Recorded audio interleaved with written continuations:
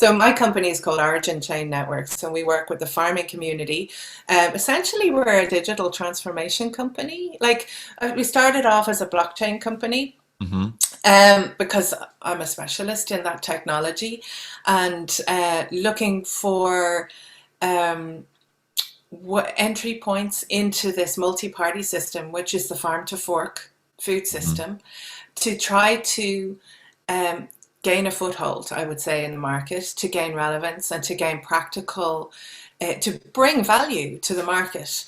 The consumer was never really our end aim. It was really, we wanted to protect the rights of the farming community and to begin to see them as, let's say, that word husbandry, which is like farming, right? So they're husbanding their farm. Hmm. They're farming their farm, but they're also farming their data, and that really important data, not the existing quality assurance schemes, because we can't compete with the government, right? The government licenses that, we can't compete with that, but we can begin to explore and add value and start to measure in a very connected way. We call it agriculture 4.0, looking utilizing ubiquitous computing to enable farmers to uh, jump on board digital transformation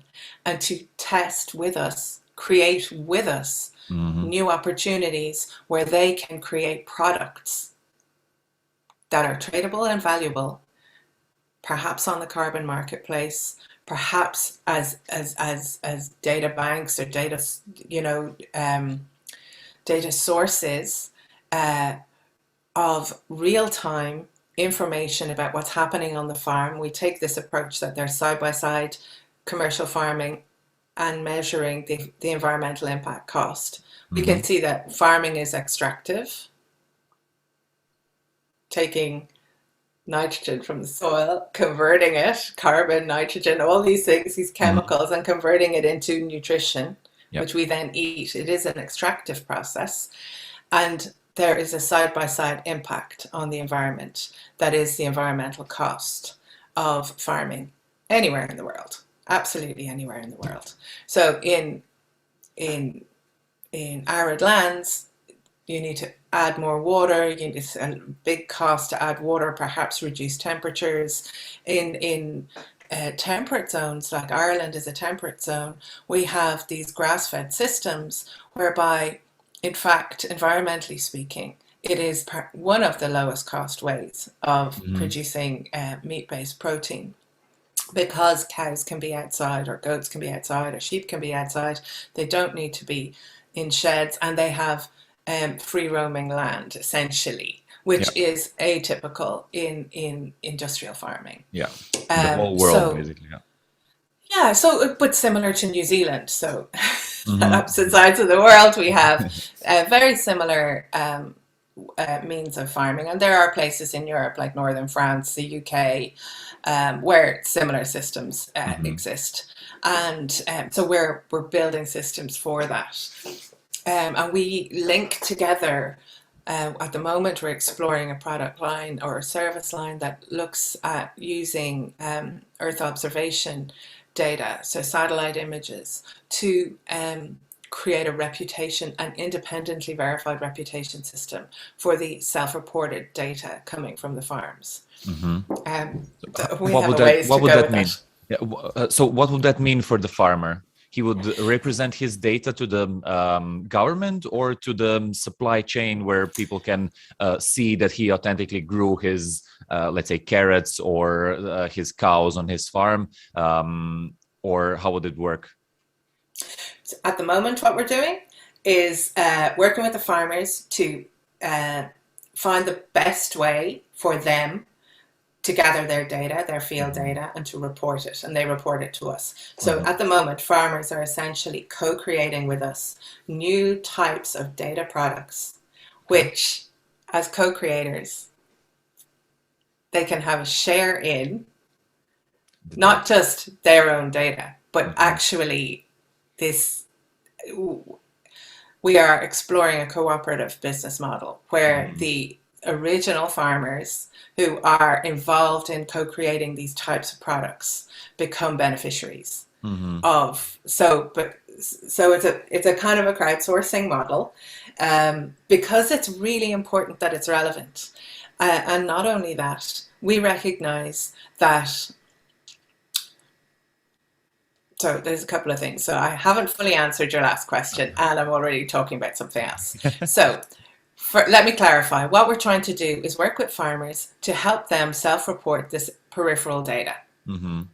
They're already managing their commercial farming reporting, and that is licensed, and it's through the government, and that is linked with Europe because we're based in Europe, right? So the European Commission oversees that.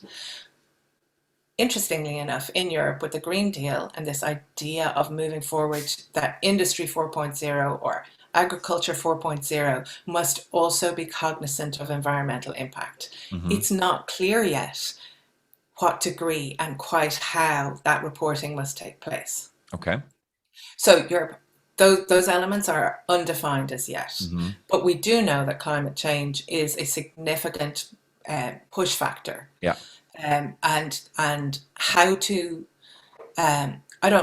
what we're doing can't resolve climate change, but what we can do is assert methods or build services, software services that can report measured data, real-time field data.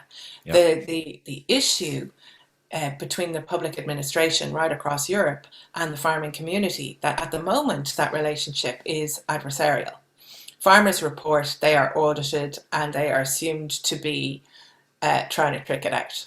Right, so that is the auditing process. Okay.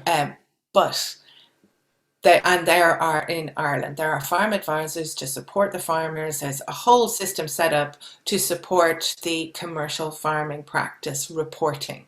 On the other side, the impact side, there's the Environmental Protection Agency, which doesn't necessarily audit farmers, but is tasked with, let's say, measuring water quality. Okay. Farmers can be fined for pollution events if it can be traced back to a farmer or a farm. But the pollution may not become apparent until, let's say, the river reaches the sea, at which point, how many farmlands has it passed through? Yeah. Right? So there are difficulties there. And also that's like a criminal investigation. So we're not trying to measure criminality, or we're not trying to measure pollution. Like farmers, they make an agreement that they're not going to pollute the land, and we are going to help them to say we haven't polluted the land, and this is how we can share that information with you, because we are gathering data daily or weekly or monthly or whatever basis, whatever the thing being tested is, and they can create an assurance pathway for themselves as a farmer, for their land that they are custodians of, and that is related to the product derived from that land. Hey, thanks for watching this video. If you want to see the full version, go to the Uncle Gold Podcast YouTube channel or watch the next clip.